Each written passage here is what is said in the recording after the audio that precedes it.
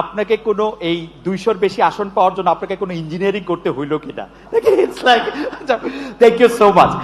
সাংবাদিক আমাদের আগামী প্রধানমন্ত্রী জনাব তারেক রহমানকে একটা খুব কঠিন প্রশ্ন করেছে, কিন্তু যদিও প্রশ্নটা আপনার আমার মতো মানুষের পক্ষে করা সম্ভব না, তো ওনার প্রশ্নটা শুনে আমি নিজে অবাক হয়ে গেছি যে আসলে ওনার এই প্রশ্নটা আসলে কিভাবে করতে পারে। তবে উনি প্রশ্নটা করেছেন কিন্তু হাস্যকরভাবে। তো চলুন আমরা ওনার প্রশ্ন করা এবং ওনার প্রশ্নের উত্তরে জনাব তারেক রহমান অর্থাৎ আগামী দিনের প্রধানমন্ত্রী কি উত্তর দেয় আমরা এই ভিডিওতেই দেখব। চলুন আমরা ভিডিওটা দেখি। জয়লাভ করেছেন, কিন্তু একটু প্রশ্ন করি যে গত সরকার চলে যাওয়ার পর থেকে কিন্তু আপনি বলে আসছেন যে এই নির্বাচনটা খুব সহজ হবে না, যদিও নির্বাচনটা খুব সহজই হওয়ার কথা, আপনার জনপ্রিয়তা, বিএনপির জনপ্রিয়তা সবকিছু মিলে। এখন আমার প্রশ্ন, নির্বাচনটা তো হয়ে গেল, এটা অনেক সহজ ছিল কিনা আপনার কাছে? আর এই প্রশ্নটার একটা ছোট্ট লেজ হলো যে এরকম, যে একটু অভয় দিলে বলি যে আপনাকে কোনো এই 200-র বেশি আসন পাওয়ার জন্য আপনাকে কোনো ইঞ্জিনিয়ারিং করতে হইলো কিনা? It's like thank you so much. আপনাকে অভিনন্দন জানাই। আপনি আমাদের জনগণকে কনভিন্স করাটাই হচ্ছে আমাদের ইঞ্জিনিয়ারিং। আমাদের যে ইঞ্জিনিয়ারিংটা ছিল সেটা হচ্ছে জনগণকে আমাদের পক্ষে নিয়ে আসা, সেটাতে আলহামদুলিল্লাহ আমরা সফল হয়েছি। আর জনগণকে কনভিন্স করে একটি সুষ্ঠু সুন্দর পরিবেশ এনশিওর করাটাই ছিল আপনার প্রথম প্রশ্নের উত্তর, অর্থাৎ যেটা আপনি বলেছেন, যেটা আমি বলেছিলাম কঠিন হবে কিনা। অবশ্যই যে কোনো ভালো কাজ, ভালো গোল অ্যাচিভ করতে গেলে তো কষ্ট করতে হয়, কঠিন হবে।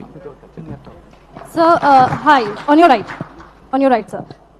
Alisha Rahman Sarkar from the Independent UK. Many congratulations to you and your party. I have two questions for you. The first being, If you could please ask one, because there are many. All right. How do you plan on balancing relations with India, Pakistan, and China?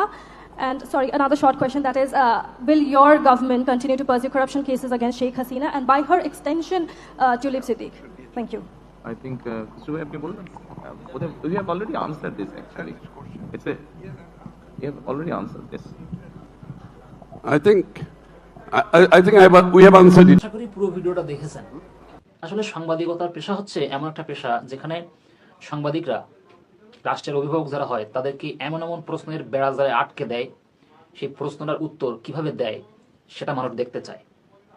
এবং তার প্রশ্নের উত্তর দেওয়ার body language, তার চোখে মুখের ভাষা, তার মুখের ভাষা, তার বডি ল্যাঙ্গুয়েজটা, তার উত্তর দেওয়ার স্বাবলম্বীভাবে উত্তর দিতে পারতেছে কিনা, তার উত্তর দেওয়ার ধরনটা সাংবাদিকরা কিন্তু খেয়াল করে।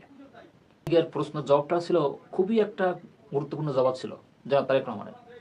আসলে জনাব তারেক রহমান যে উত্তরটা দিয়েছে এবং খালেদুজ্জামান যে সাংবাদিক যে প্রশ্নটা করেছে, এই প্রশ্নটার সাথে তার উত্তরের দেওয়ার যে একটা বডি ল্যাঙ্গুয়েজ কিংবা তার সাবলীল ভঙ্গিমায় যে উত্তরটা দিয়েছে, তার সঙ্গে আপনার কতটা আশ্বস্ত হয়েছেন, কিংবা আপনার মতামতটা কেমন ছিল এই ভিডিওটা দেখে, যদি সম্ভব হয় কমেন্টে জানিয়ে যাবেন।